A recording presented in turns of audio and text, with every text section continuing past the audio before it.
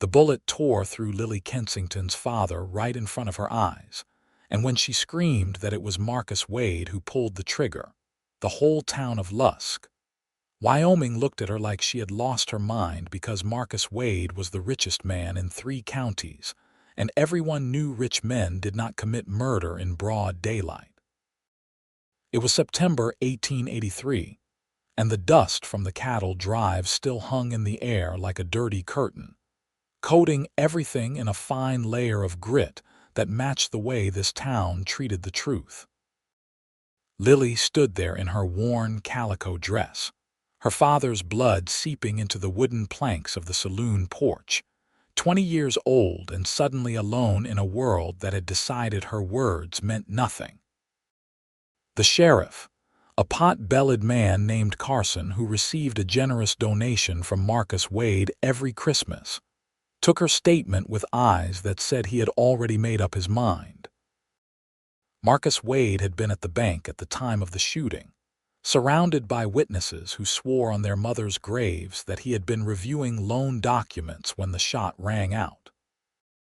Never mind that Lily had seen his face clear as day, those cold blue eyes meeting hers for just a second before he disappeared around the corner.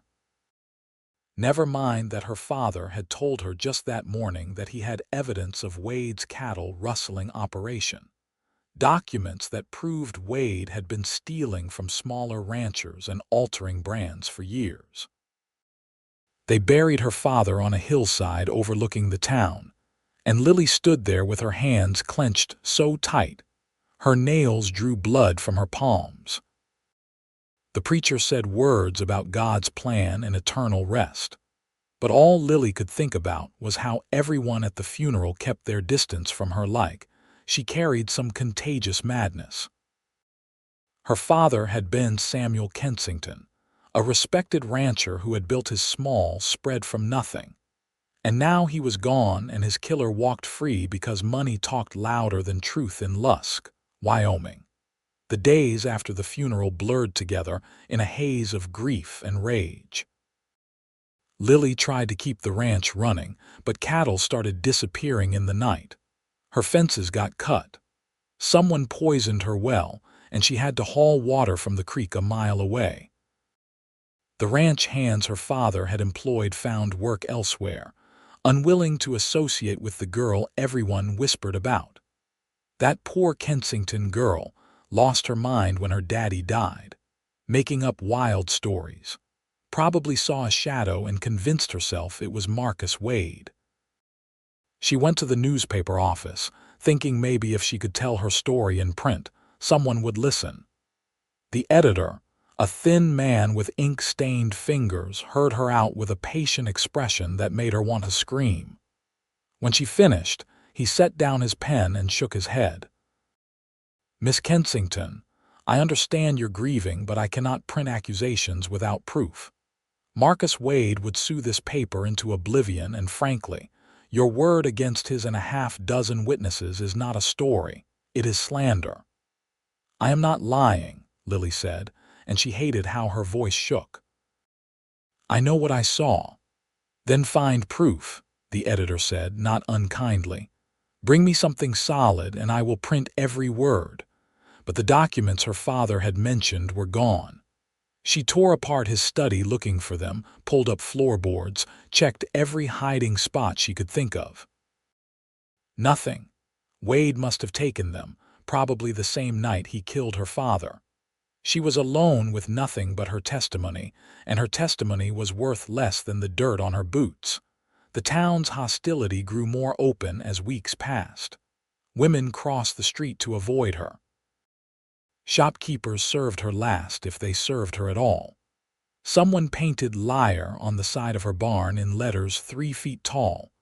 Lily scrubbed at it until her arms ached, but the word had soaked into the wood, a permanent accusation. She started carrying her father's rifle everywhere she went, not because she planned to use it, but because the weight of it across her saddle made her feel less defenseless. October came with cold winds that stripped the leaves from the cottonwoods and turned the grass brown. Lily was in town buying supplies, rationing her dwindling money, when she overheard two men talking outside the general store. They did not know she was there, hidden behind a display of canned goods. "Wade's getting bold," one said. "Did you hear he's trying to buy up the Patterson place?" "Old man Patterson does not want to sell, but Wade's applying pressure." "Same as he did with Kensington," the other replied. "Though that situation solved itself, did it not? You think Wade really did it?" A pause.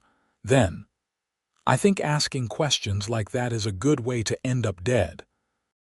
Wade's got half the town in his pocket, and the other half is too scared to speak up. That girl was not lying, but she might as well have been for all the good it did her."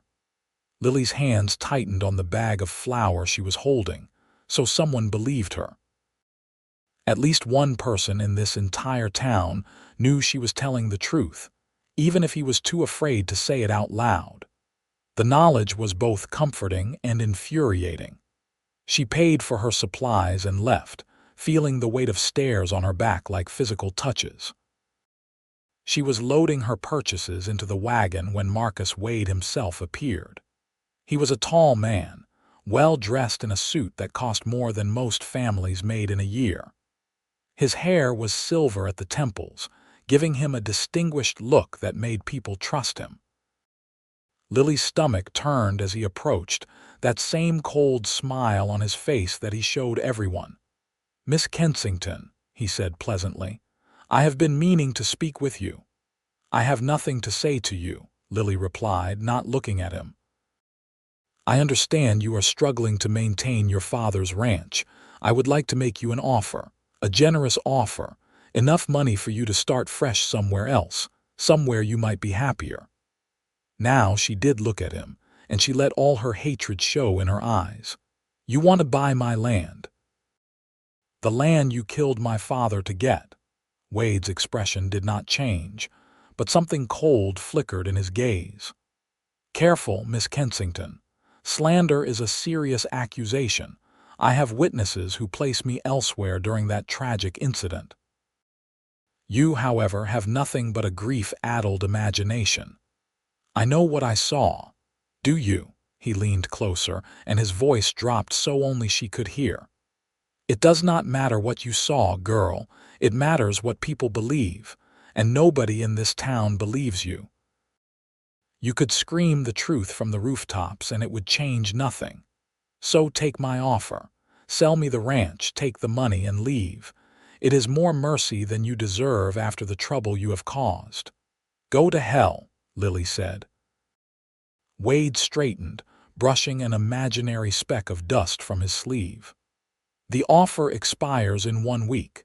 After that, well, accidents happen, especially to young women living alone in isolated areas. Think about it." He walked away, tipping his hat to a passing lady as though he had not just threatened Lily's life. She stood there shaking, fear and fury warring inside her. She could not sell. That ranch was all she had left of her father, and selling it to his murderer would be the ultimate betrayal. But staying meant risking her life every single day. That night, Lily lay in bed staring at the ceiling, listening to every creak and groan of the old ranch house. She had barricaded the doors and kept her rifle within reach, but sleep was impossible. Every shadow could be one of Wade's men coming to make good on his threat. The wind howled outside, rattling the windows, and she had never felt more alone. The next morning brought a change that Lily could not have anticipated. She was in the barn feeding her remaining horses when she heard the sound of hoofbeats approaching. She grabbed her rifle and positioned herself by the barn door, ready for trouble. But the man who rode into her yard was not one of Wade's hired guns. He was a stranger, tall and broad-shouldered, sitting easy in his saddle like he had been born there.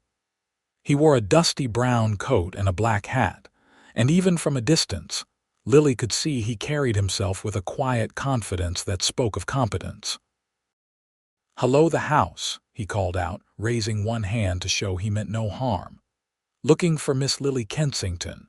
"Who is asking?" Lily replied, keeping the rifle visible. The man dismounted with fluid grace and approached slowly, his hands away from the revolver at his hip. Name's Daniel Foster. I am a cattleman out of Colorado, passing through on my way to Montana. I heard in town that you might be looking for ranch hands. You heard wrong, Lily said. I cannot afford to hire anyone. Daniel stopped a respectful distance away, and Lily got her first good look at him.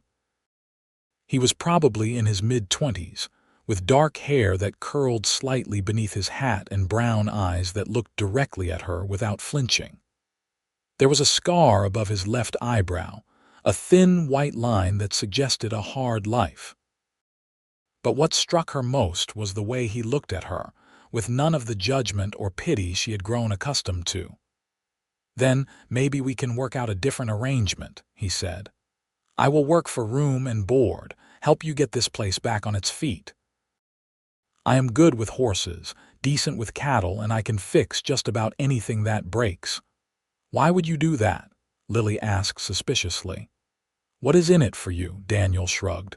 Need a place to stay for a while, been on the trail for months and my horse could use some rest. Plus, I do not like seeing someone get pushed around. You do not know anything about my situation. I know enough. Town's full of talk about the girl who accused Marcus Wade of murder. They say you are a liar, but I have learned that when a whole town agrees on something that quickly, it is usually because someone with money is making sure they agree.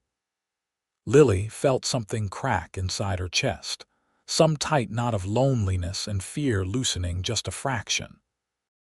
Here was a stranger, someone with nothing to gain, saying he believed her, or at least that he believed something was wrong.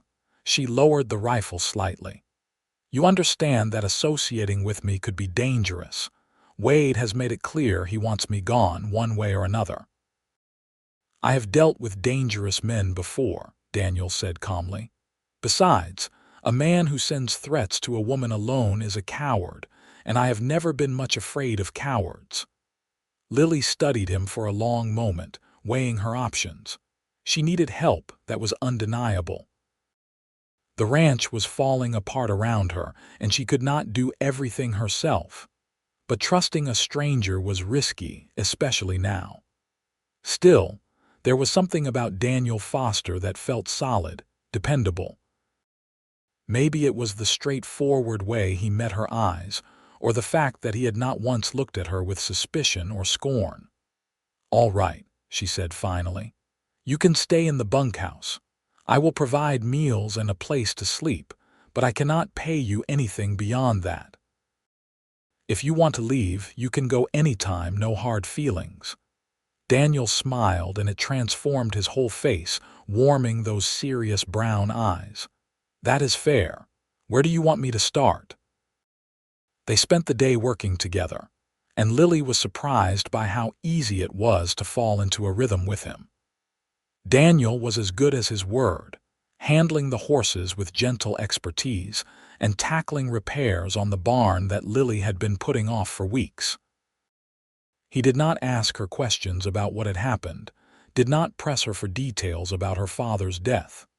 He just worked, steady and competent, and for the first time since her father died, Lily felt like maybe she could breathe. That evening she cooked dinner for both of them, a simple meal of beans and cornbread. They ate at the kitchen table, and the silence was comfortable rather than awkward. Finally, Daniel set down his fork and looked at her. Tell me what really happened, he said quietly. The truth. So Lily told him everything. She told him about her father's discovery of Wade's rustling operation, about the documents he had promised to show the sheriff. She described the shooting in painful detail, the way Wade's face had looked for that split second before he vanished. She told him about the witnesses who swore Wade had been at the bank, about the sheriff's dismissal, about the threats and the harassment and the loneliness of being called a liar by everyone she had ever known. Daniel listened without interrupting, his expression growing darker as she spoke. When she finished, she felt wrung out, exhausted by the retelling. She waited for him to make some excuse to say he had changed his mind about staying. Instead, he said, "I believe every word." Lily's breath caught. "What?" "I believe you," Daniel repeated, his voice firm. "I have known men like Marcus Wade. They think their money puts them above the law, makes them untouchable. And usually they are right, because people are too scared or too bought to stand against them. But that does not make what they do legal, and it does not make you a liar." Tears pricked at Lily's eyes, and she blinked them back furiously. She had not cried since the funeral, refused to give the town the satisfaction of seeing her break. But hearing those words from Daniel, a stranger who had nothing to gain from believing her, cracked something open inside her.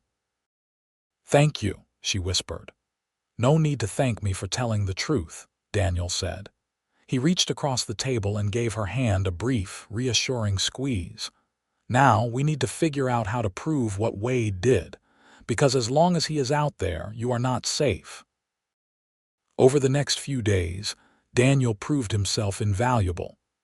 He repaired fences, tended the cattle, and kept watch at night to make sure no one came around causing trouble.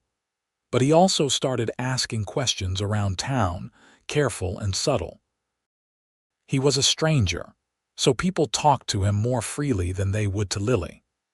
He learned that Marcus Wade owned the bank, the largest saloon, and had shares in the railroad that was supposed to be coming through the area.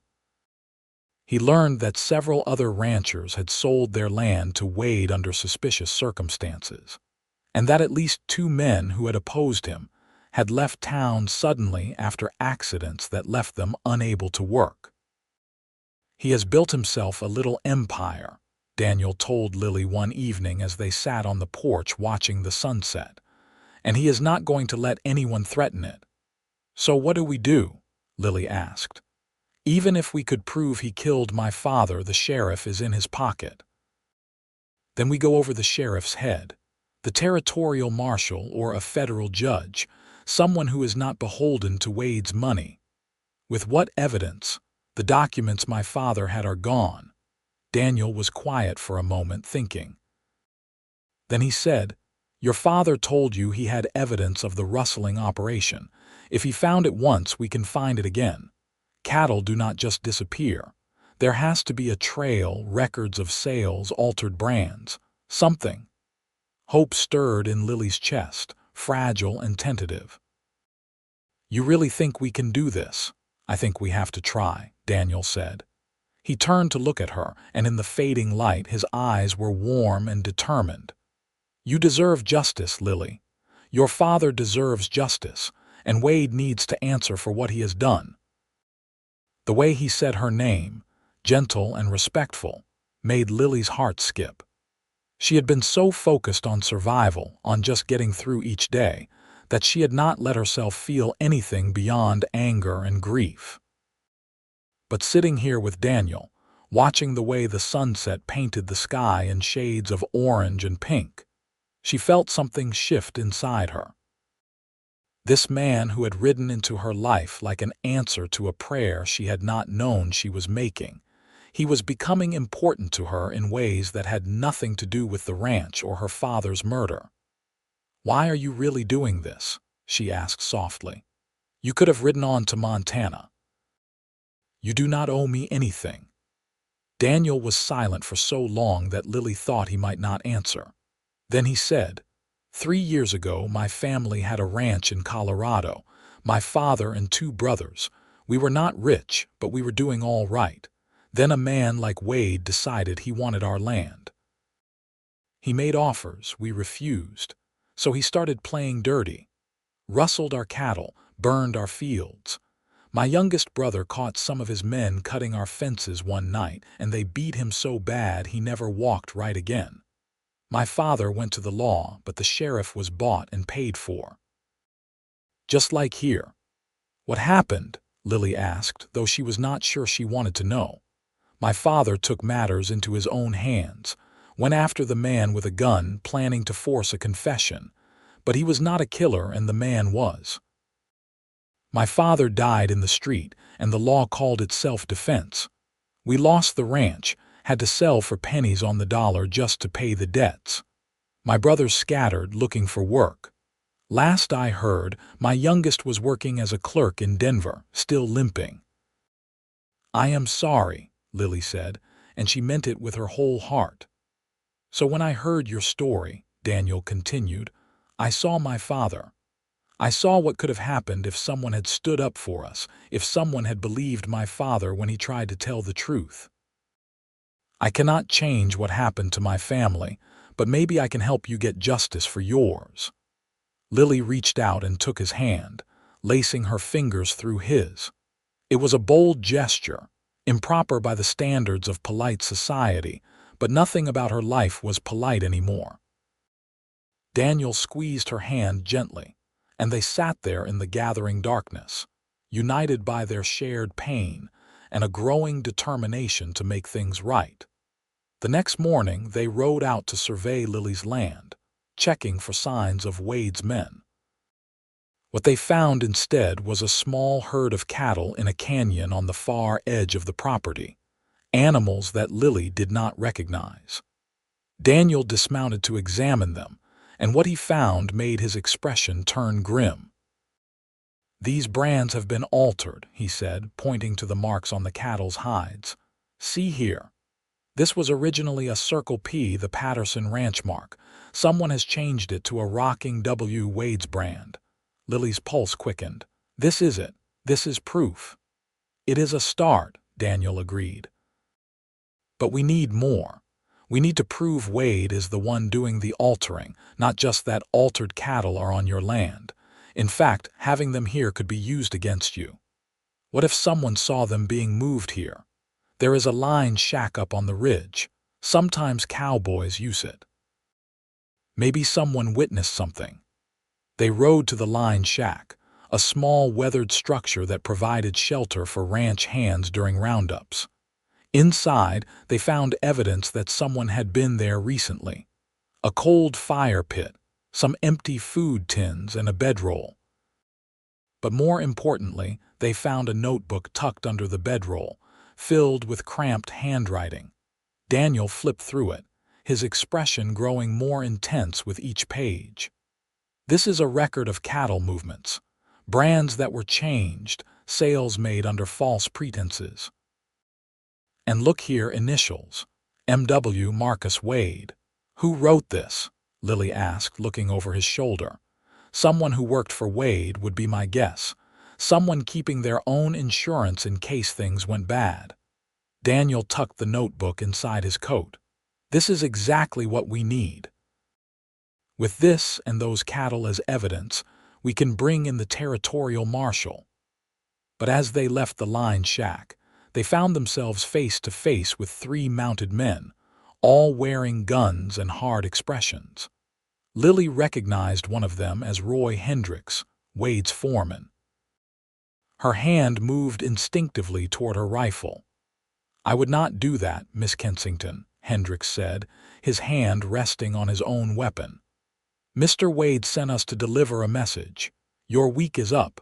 Time to sell or face the consequences. Tell Mr. Wade he can go straight to hell, Lily replied, her voice steadier than she felt. Hendricks' eyes shifted to Daniel. And who might you be? Just a ranch hand, Daniel said easily, though Lily could see the tension in his shoulders. Passing through. Then I suggest you keep passing, Hendricks said. This is not your fight. I disagree, Daniel replied. Any fight that involves 3 armed men threatening a woman is exactly my fight. The tension ratcheted up several notches. Lily could feel the situation about to explode into violence, and she knew they were outgunned. But before anyone could draw, a new voice called out. That is enough. An older man rode into the clearing, and Lily recognized him as Sheriff Carson. For a moment she thought things were about to get worse, but the sheriff's attention was fixed on Hendricks and his men. You boys head back to town, Carson said. Now, the boss said, Hendricks began. I do not care what Wade said. Get going, or I will arrest you for trespassing and threatening behavior." Hendricks looked like he wanted to argue, but something in the sheriff's tone must have convinced him. He wheeled his horse around, and the other two men followed. When they were gone, Carson turned to Lily and Daniel. "You two all right? Why do you care?" Lily asked bitterly. "You made it clear you do not believe anything I say," Carson sighed, suddenly looking much older than his years. "I owe you an apology, Miss Kensington, more than one, truth be told. I have been a coward, and your father deserved better from me." Lily stared at him, not trusting her ears. "What?" "I knew your father was honest," Carson said heavily. "And I knew Marcus Wade was dirty, but I took his money, looked the other way, told myself it was not my problem. When you came to me saying Wade killed your father, I wanted to believe you were wrong, because believing you meant admitting what I had become. A bought man, no better than a common criminal." "So what changed?" Daniel asked, his hand still near his gun. "My conscience, finally," Carson said. "Been losing sleep for weeks, thinking about Samuel Kensington bleeding out while his daughter screamed for justice. Thinking about how I failed him, failed this whole town. I cannot undo what I have done, but maybe I can start making it right." He gestured to the notebook Daniel was carrying. "That looks like evidence. Real evidence." Daniel hesitated, then pulled out the notebook and showed it to the sheriff. Carson flipped through the pages, his expression growing darker. "This is enough to bring in the marshal, maybe even a federal judge. Wade's been operating across territorial lines, which makes it a federal matter." "Can we trust you?" Lily asked bluntly. "Or are you going to take that evidence straight to Wade?" Carson met her eyes, and she saw genuine remorse there. "I do not blame you for doubting me. But I swear on my badge, on whatever honor I have left, I will see this through. Wade has gotten away with too much for too long. It is time someone stood up to him." Over the next few days, Sheriff Carson proved true to his word. He sent telegrams to the territorial marshal's office in Cheyenne, laying out the evidence they had gathered. He also started quietly talking to other ranchers who had been victimized by Wade, gathering their testimonies. It turned out that plenty of people had suspicions about Marcus Wade, but no one had been willing to speak up alone. With the sheriff's support, they found their courage. Daniel and Lily worked together to document everything they could about the altered brands and the cattle movements. They discovered that Wade had been running his operation for at least 5 years, stealing from smaller ranchers and selling the cattle through a contact in Montana. The scope of his crimes was staggering, and the evidence against him continued to mount. Through it all, Lily found herself growing closer to Daniel. They worked side by side during the day, their movements synchronized as they fell into an easy partnership. In the evenings, they talked for hours, sharing stories about their lives, their hopes, their fears. Daniel told her about growing up in Colorado, about learning to rope and ride before he could read. Lily told him about her mother, who had died when Lily was 12, and how her father had raised her to be strong and independent. One night, as they sat on the porch under a sky full of stars, Daniel said quietly, "I am glad I came here. Despite everything, despite the danger, I would not change it." "Because of the case against Wade?" Lily asked. "Because of you," Daniel said, turning to look at her. "When I rode into your yard that first day, I thought I was doing a good deed, helping someone in need. I did not expect to find someone like you. Someone brave and stubborn and beautiful, someone who would not give up even when the whole world was against her." Lily's breath caught. "Daniel, I am not asking for anything," he said quickly. "I know you have enough to deal with without me complicating things, but I wanted you to know, you are remarkable, Lily Kensington." Lily's heart was pounding so hard she was sure he could hear it. She had been so focused on surviving, on seeking justice, that she had not let herself acknowledge what she was feeling. But sitting here with Daniel, the truth was undeniable. She had fallen for him, for his quiet strength and his unwavering support, for the way he believed in her when no one else did. "You are not complicating anything," she said softly. She reached out and took his hand, just as she had done before, but this time it felt different, more intentional. "You have given me hope when I thought I had none left. You have stood by me when everyone else called me a liar. I do not know what I would have done without you." Daniel's hand tightened on hers. "You would have survived. You are stronger than you know." "Maybe," Lily said. "But I am glad I did not have to find out." They sat there holding hands, the night air cool around them, and Lily felt something she had not felt in months: happiness. Real, genuine happiness that had nothing to do with revenge or justice and everything to do with the man sitting beside her. It was terrifying and wonderful all at once. The territorial marshal arrived in Lusk 2 weeks after the first telegram was sent. He was a lean man named Harrison, with sharp eyes that missed nothing and a reputation for honesty that Wade's money could not touch. He reviewed the evidence, interviewed witnesses, and examined the cattle with altered brands. Then he arrested Marcus Wade. The arrest happened in broad daylight in the middle of town. Wade was coming out of the bank when Marshal Harrison approached with papers in hand. Lily and Daniel watched from across the street as Harrison read out the charges: cattle rustling, fraud, conspiracy to commit murder. Wade's face turned purple with rage, and he blustered about lawyers and influential friends, but Harrison was unmoved. "Mr. Wade, you have the right to legal representation and you will have your day in court. But right now, you are under arrest. Put your hands out." The sound of the handcuffs clicking shut was the most beautiful sound Lily had ever heard. She felt tears streaming down her face, and she did not bother to wipe them away. Daniel's arm came around her shoulders, pulling her close, and she leaned into him, shaking with relief and vindication. The whole town watched in stunned silence as Wade was led to the jail. Some people looked satisfied, others shocked, and a few looked worried about what would happen now that their benefactor was in chains. But no one was looking at Lily with scorn anymore. The girl they had called a liar had been telling the truth all along. Sheriff Carson approached them, hat in hand. "Miss Kensington, I cannot apologize enough for how I treated you. If there is anything I can do, there is," Lily said, her voice steady despite her tears. "Make sure he is convicted. Make sure my father's death means something." "I will," Carson promised. "I will testify about every bribe he gave me, every time I looked the other way, whatever it takes to put him away." The trial took place a month later in the territorial courthouse in Cheyenne.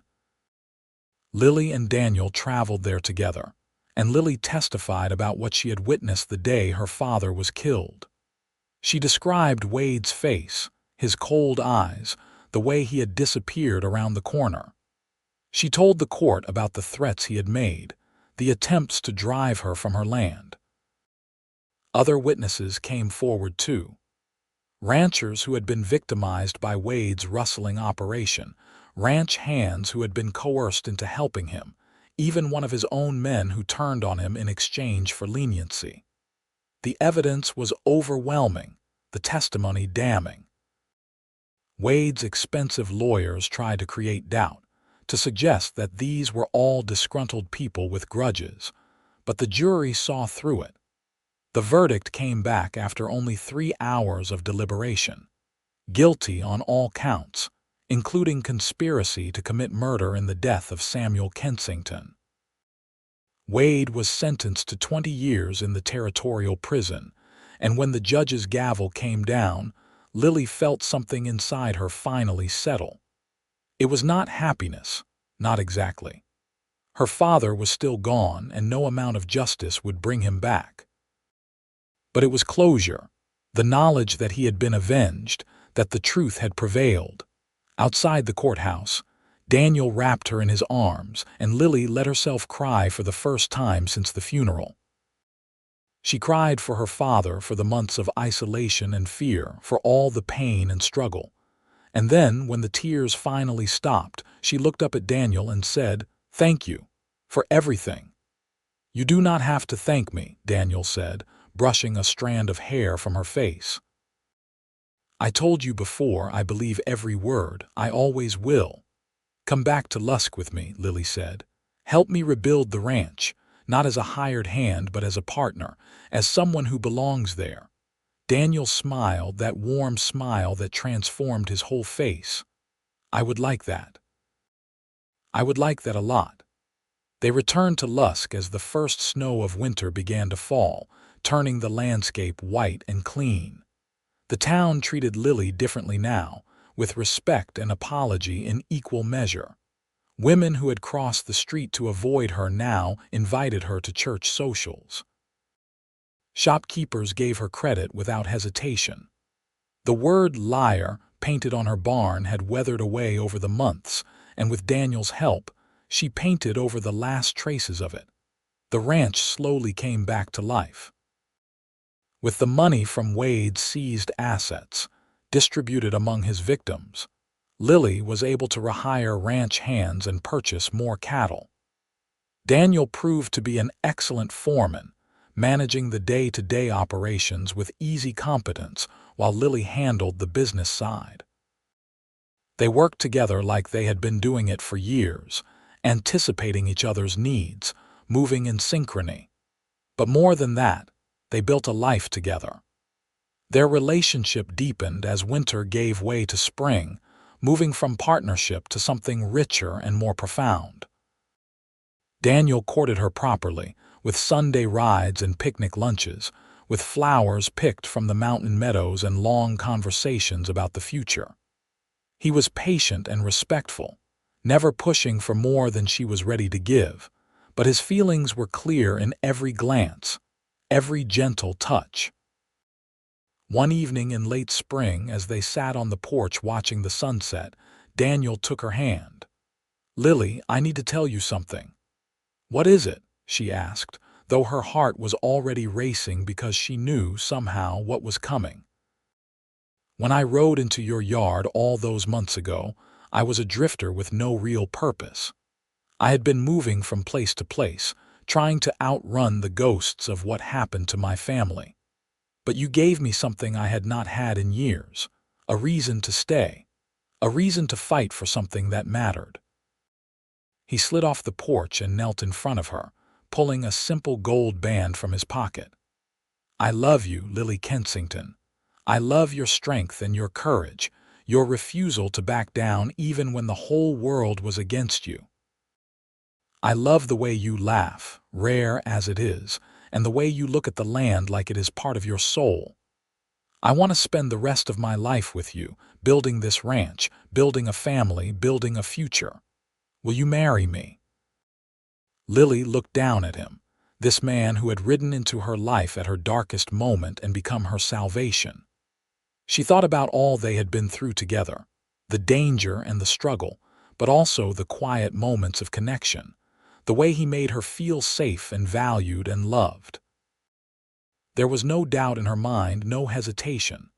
"Yes," she said, and her voice was strong and sure. "Yes, I will marry you." Daniel stood and pulled her into his arms, kissing her with a passion that made her dizzy. She kissed him back, pouring all her love and gratitude and hope into that kiss. When they finally broke apart, both breathless, Daniel slipped the ring onto her finger. It was a perfect fit, as though it had always been meant to be there. They were married in June, in the small church in Lusk with half the town in attendance. Sheriff Carson gave Lily away, a gesture that felt both strange and right, a symbol of redemption and second chances. Lily wore her mother's wedding dress, carefully preserved, and carried wildflowers from the ranch. Daniel wore his best suit, his dark hair neatly combed, looking at her like she was the most precious thing in the world. The preacher spoke about love and commitment, about standing together through trials and tribulations. Lily barely heard the words. She was too focused on Daniel, on the way his hand held hers so carefully, on the emotion shining in his eyes. When the preacher finally said, "You may kiss your bride," Daniel did so with such tenderness that Lily felt tears prick her eyes. The reception was held at the ranch, with tables set up in the yard and music provided by a fiddler from town. People danced and ate and celebrated, and Lily marveled at how different this felt from the dark days after her father's death. She had not thought she would ever feel joy again, but here it was, bright and real and hers. As the sun set and the party wound down, Daniel led Lily away from the crowd to the hillside where her father was buried. They stood there together, looking at the simple headstone. "I wish he could have known you," Lily said softly. "He would have liked you." "I wish I could have known him too," Daniel replied. "But I think he would be proud of you, of how you fought for justice, how you never gave up. You honored his memory in the best way possible." Lily leaned against Daniel, drawing strength from his solid presence. "I used to come up here and feel so angry. Angry at the world, at the town, at the fact that he was gone and his killer was free. But now, standing here with you, I just feel grateful. Grateful that I knew him, grateful for the time we had, and grateful that he raised me to be strong enough to survive." "He did more than that," Daniel said. "He raised you to be extraordinary." They stood there as the stars began to appear, the lights from the ranch twinkling below them. Lily felt at peace in a way she had not felt since before her father's death. The past would always be part of her, but it did not define her anymore. She had a future now, with a man she loved and a life they would build together. The first year of their marriage was both challenging and rewarding. They worked hard to expand the ranch, purchasing adjacent land as it became available and building a reputation for quality cattle. Daniel's experience and Lily's business sense proved to be a formidable combination, and the ranch began to thrive in ways it never had when her father was alive. But more than the success of the ranch, it was the small domestic moments that Lily treasured most. Waking up beside Daniel each morning, the weight of his arm across her waist. Cooking breakfast together, their movements synchronized in the small kitchen. The way he would kiss her forehead before heading out to work, and the way he would pull her close each evening when the day was done. They talked about children, about the family they wanted to build. Daniel wanted a big family, having grown up with brothers, and Lily found herself warming to the idea. She had been alone for so long that the thought of a house full of children, of noise and laughter and life, was deeply appealing. In the spring of their second year of marriage, Lily discovered she was pregnant. She told Daniel one evening after dinner, unable to keep the news to herself any longer. His reaction was everything she had hoped for: pure joy, followed by nervous concern about her health, then more joy. He pulled her into his arms and held her so tight she could barely breathe, murmuring about how happy he was, how they were going to be parents. The pregnancy was relatively easy, though Lily chafed at Daniel's increasing protectiveness. He did not want her riding or lifting anything heavy, and he worried constantly about her health. Lily found it both endearing and frustrating, but she understood where it came from. He had lost so much in his life. The fear of losing her or their child was real and present. Their son was born in January 1885, during a snowstorm that buried the ranch under 3 feet of white. The doctor barely made it in time, and Daniel paced the hallway like a caged animal while Lily labored. When the baby finally arrived, squalling and red-faced, Daniel burst into the room and stared at his son with wonder. "He is perfect," Daniel whispered, touching the baby's tiny hand with one finger. "Lily, he is perfect." They named him Samuel, after Lily's father, and he became the center of their world. Daniel was a devoted father, often waking with the baby at night so Lily could rest, singing soft lullabies in a surprisingly good voice. Lily would lie in bed listening to her husband soothe their son, and feel a happiness so profound it was almost painful. As Samuel grew, the ranch continued to prosper. They hired more hands, built a new barn, and expanded their herd. Lily and Daniel's reputation spread throughout Wyoming, and they became known as honest ranchers who treated their workers fairly and their animals humanely. Other ranchers came to them for advice, and Lily found herself becoming a voice in the community, consulted on matters ranging from cattle prices to water rights. Sheriff Carson remained a friend, having fully redeemed himself in their eyes. He retired from law enforcement after a few years, and the new sheriff was a young man who had no ties to the old corruption.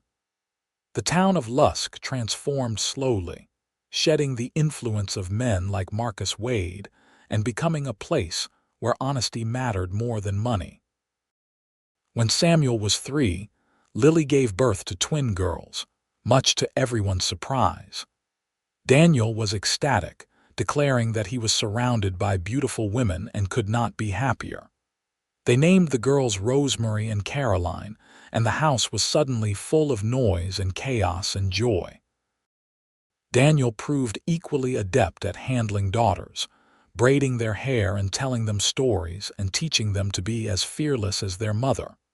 The years passed in a blur of hard work and happiness. Samuel grew into a serious boy who loved the ranch and the animals, often following his father around like a shadow.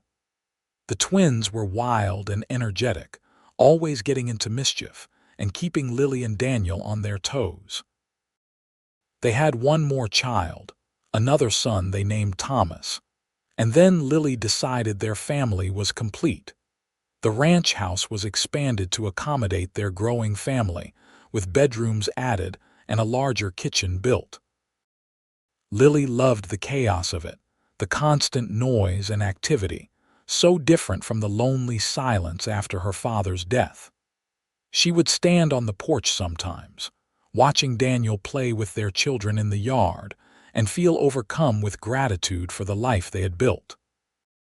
On their 10th wedding anniversary, Daniel surprised Lily with a trip to Denver, their first time away from the ranch since their honeymoon.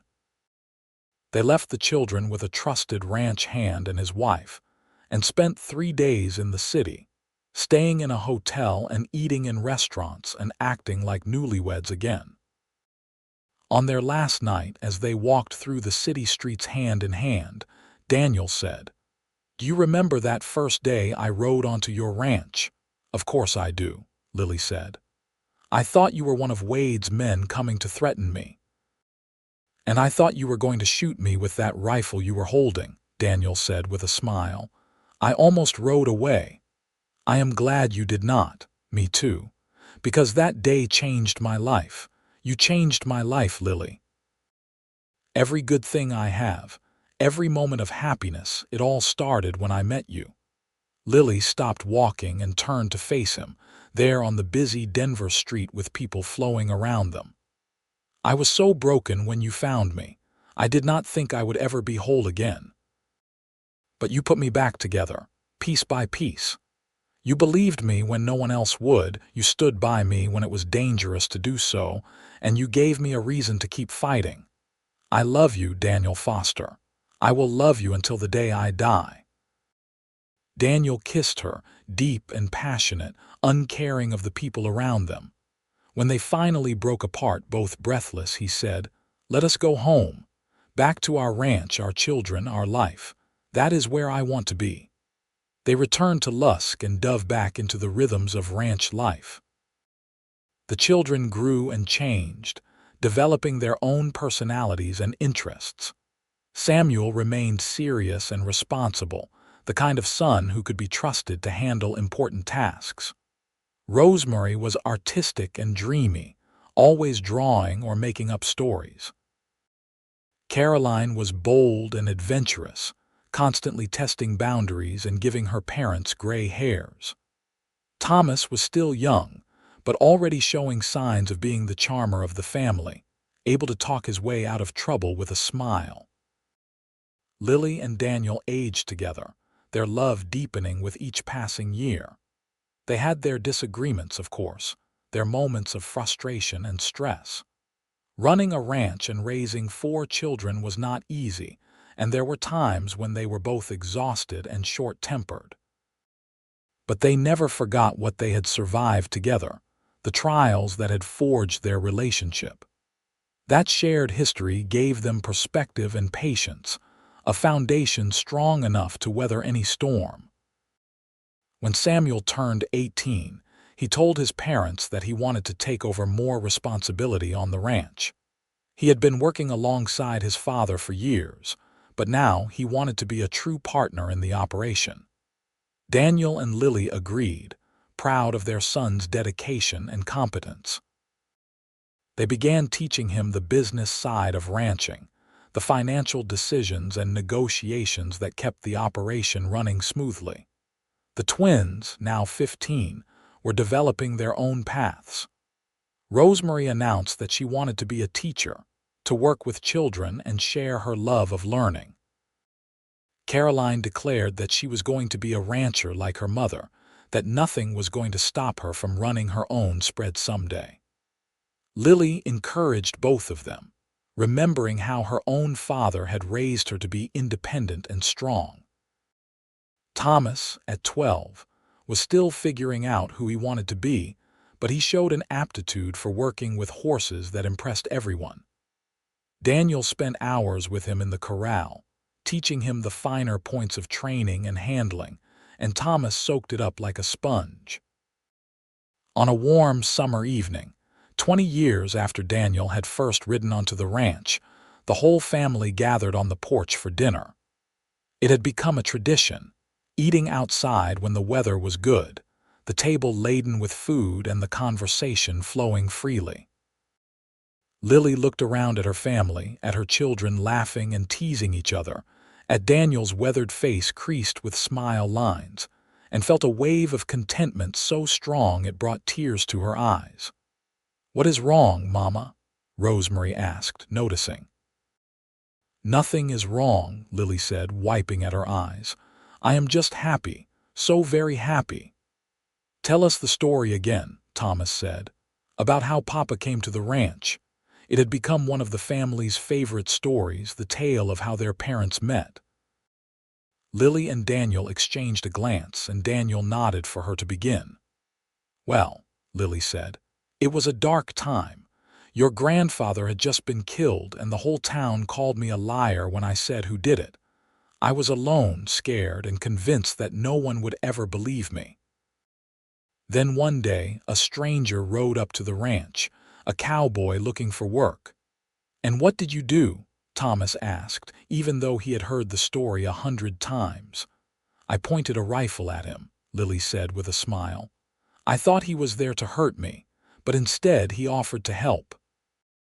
And when I told him what had happened, do you know what he said?' 'I believe every word,' the children chorused, grinning. 'That is right,' Daniel said. 'I believed her then, and I believe her now. Your mother is the strongest, bravest, most honest person I have ever known. Everything good in my life comes from her.' 'That is not true,' Lily protested. 'We built this life together.'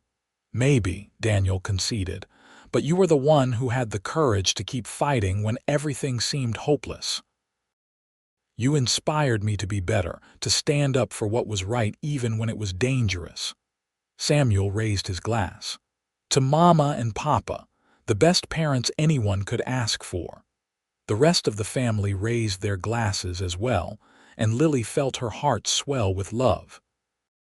This was what her father had died for, she realized. Not the ranch itself, though that was important, but the principle of it.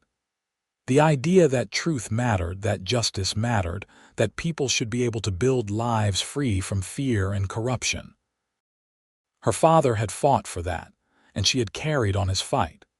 And now her children would carry it forward, teaching their own children the importance of integrity and courage. As the sun set over the Wyoming landscape, painting the sky in brilliant colors, Lily leaned against Daniel's shoulder. He wrapped his arm around her, pulling her close, and they sat together watching their children clear the table and start a game of tag in the yard. "Do you ever think about what would have happened if you had kept riding that day?" Lily asked quietly. "If you had gone on to Montana instead of stopping here, all the time," Daniel admitted. "And I thank God every day that I made the choice to stay. You are my home, Lily. You and these children, this ranch, this life we have built. I would not trade it for anything in the world." "Me neither," Lily said. "You saved me, Daniel, in every way a person can be saved." "We saved each other," Daniel corrected gently. "That is what love does. It makes us stronger together than we ever could be apart." They sat there as the stars began to appear, just as they had on so many nights over the past 20 years. The ranch was quiet except for the sounds of their children playing and the occasional lowing of cattle in the distance. It was a peaceful scene, hard-won and deeply cherished. Lily thought about the girl she had been, standing over her father's body with the whole town against her. She thought about the months of isolation and fear, the feeling that she was drowning in injustice with no one to throw her a lifeline. And then she thought about the day Daniel Foster rode into her life, a stranger who became her champion, her partner, her love. The town had called her a liar, but the cowboy had believed every word. And that belief, that simple act of faith in her truthfulness, had changed everything. It had given her the strength to keep fighting, the courage to seek justice, and ultimately the foundation for a love that would last a lifetime. "I love you," she whispered to Daniel, the words as true and necessary as breathing. "I love you too," he replied, pressing a kiss to her temple. "Always and forever." Their children's laughter rang out in the gathering darkness, a sound full of joy and innocence and hope. Lily closed her eyes and savored the moment, knowing that these were the memories she would carry with her always. Not the pain and the struggle, though those had shaped her, but these perfect moments of contentment and love.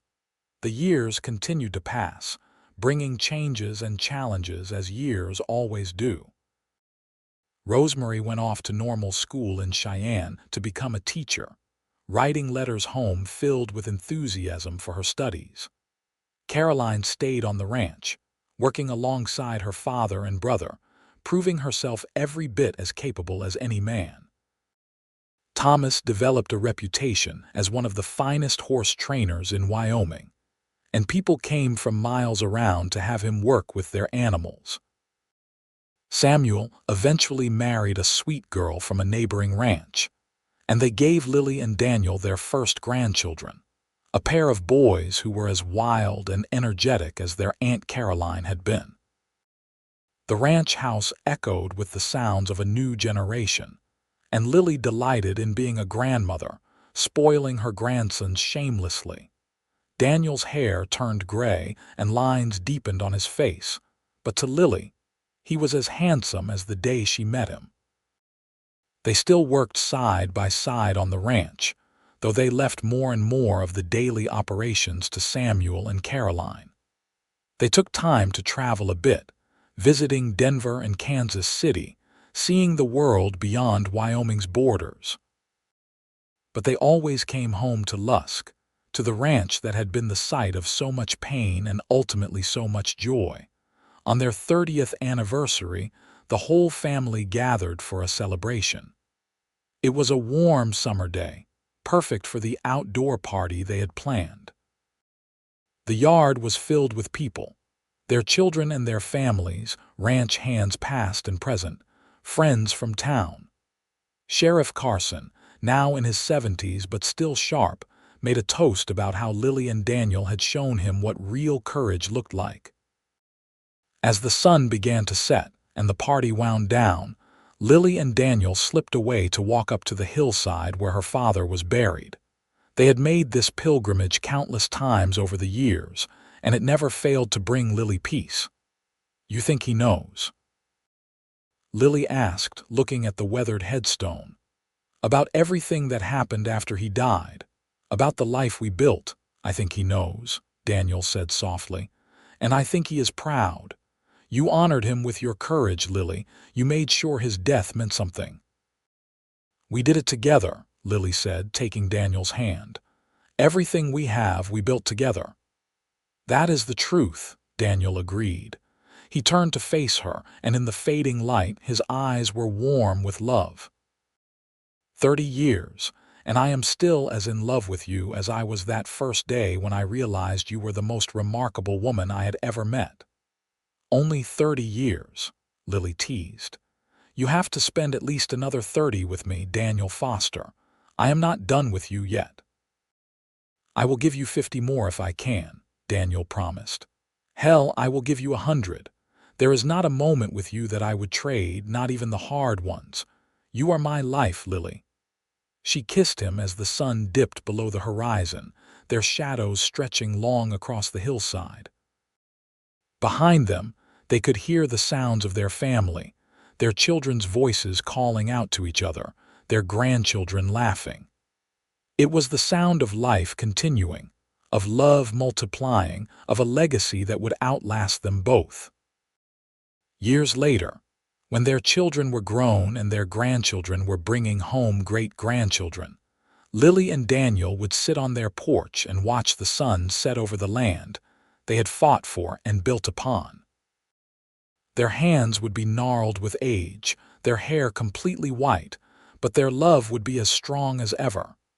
"Tell me again," Lily would say, and Daniel would know what she meant. "I believe every word," he would reply, just as he had all those years ago when a broken young woman needed someone to stand beside her. "I believed you then, I believe you now, and I will believe you always." And Lily would smile, her heart full, knowing that she had been blessed beyond measure. She had survived the darkest time of her life and emerged stronger. She had found justice for her father and peace for herself. But most importantly, she had found love, real and lasting love, with a cowboy who had ridden into her life at exactly the right moment and changed everything. The ranch would continue long after they were gone, passed down through generations of children who would hear the story of how their family began.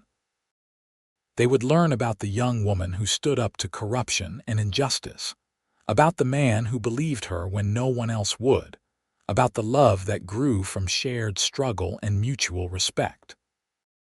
And they would understand that the greatest legacy Lily and Daniel left behind was not the land or the cattle, or even the family name. It was the example of what it meant to stand for truth, to believe in each other, and to build a life on the foundation of unwavering love and loyalty. In a harsh land during a harsh time, they had created something beautiful and lasting. And that, more than anything, was their triumph. The sun set over Wyoming, painting the sky in shades of gold and crimson, and on a porch overlooking land hard-won and deeply loved, two people who had faced the world together smiled at each other with the comfort of a love that had weathered every storm and emerged stronger. Their story had begun with tragedy and injustice, but it had become something far greater, a testament to the power of belief, the strength of partnership, and the enduring nature of true love. And in Lusk, Wyoming, where once a whole town had called a girl a liar, people now told the story differently. They told of Lily Kensington, who had spoken truth in the face of overwhelming opposition, and of Daniel Foster, who had believed every word and stood beside her until justice prevailed.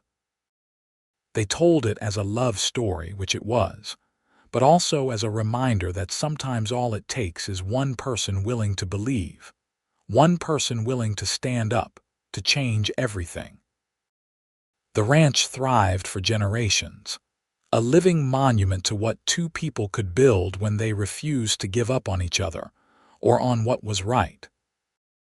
And every child born into that family, learned the story of their ancestors, learned the importance of truth and courage and love, learned that sometimes the greatest acts of heroism are simply choosing to believe someone when the rest of the world will not.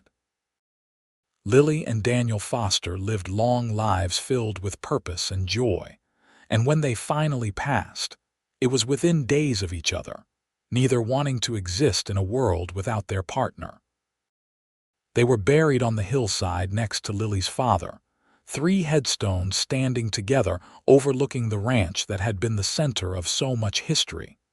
But their love story did not end there. It continued in their children and grandchildren and great-grandchildren, in the values they had instilled and the example they had set. It continued in the ranch that still operated according to principles of fairness and honesty. It continued in the town of Lusk itself, which had learned from its mistakes and became a place where justice mattered more than money, where truth was valued, where a person's word still meant something. And sometimes, on summer evenings when the wind blew just right, people claimed they could see 2 figures on the hillside, holding hands and watching over the land they had loved so much. Whether it was real or just a romantic notion did not really matter. What mattered was the story, the reminder that love and truth and courage were not just abstract concepts, but real forces that could change lives and reshape communities. The town had called her a liar, until the cowboy rode in saying he believed every word. And from that belief, from that simple act of faith and courage, had grown something larger than either of them could have imagined.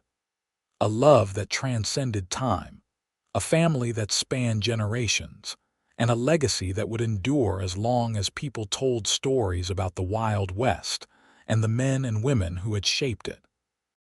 In the end, that was the real triumph. Not just that justice had been served or that a ranch had been built, but that 2 people had found each other in the midst of darkness and created light. They had proven that one person believing, one person standing up, one person choosing love over fear, could make all the difference in the world. And so the story of Lily and Daniel Foster became legend in Wyoming, told and retold, embellished and celebrated, a reminder of a time when the West was still wild and the right choices could be matters of life and death. But beneath the legend was the simple, profound truth. Sometimes all you need is one person who believes in you, one person who will stand beside you no matter what, one person who looks at you and says without hesitation, "I believe every word." That belief changed everything for Lily Kensington. It gave her the strength to seek justice, the courage to rebuild her life, and ultimately the foundation for a love that would define the rest of her days. And in return, she gave Daniel Foster something he had lost when his own family fell apart: a purpose, a home, and a love worth fighting for. Together, they proved that the best stories are not about perfect people or easy victories, but about real people facing real challenges and choosing to stand together no matter the cost.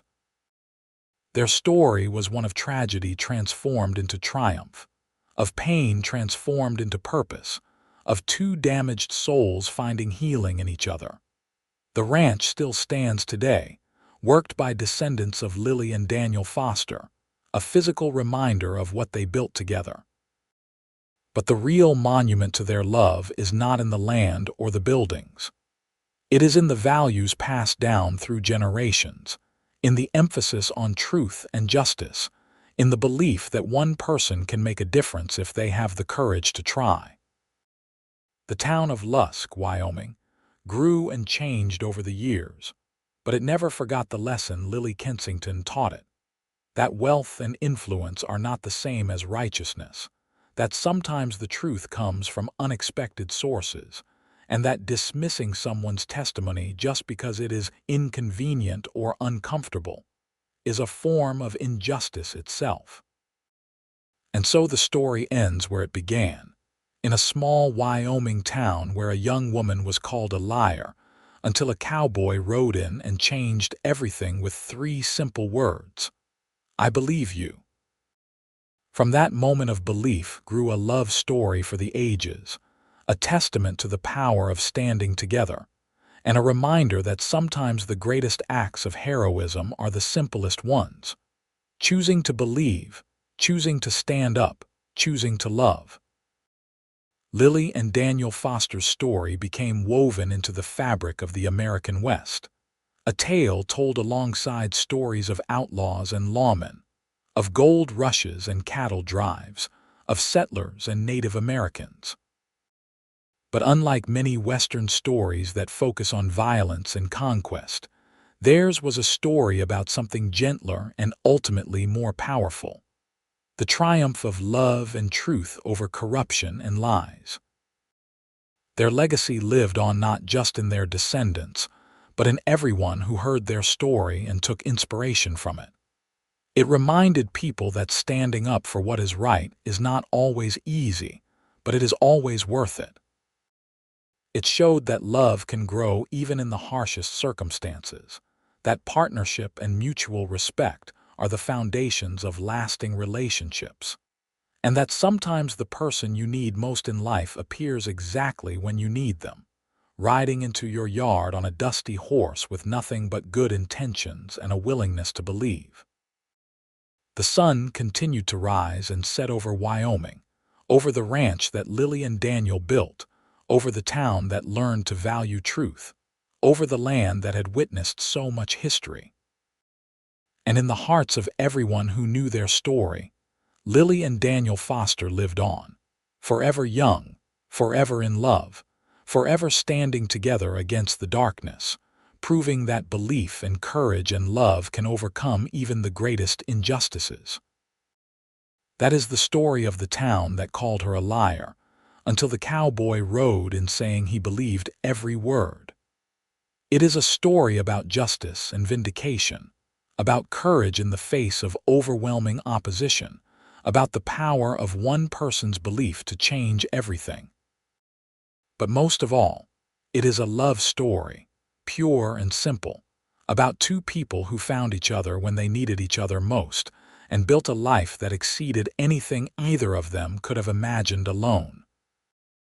And that love, that beautiful, hard one, enduring love, was the real happy ending to a story that began in tragedy but ended in triumph, proving once and for all that love really can conquer all, that truth will eventually prevail, and that sometimes all it takes to change the world is one person willing to stand up and say, "I believe you."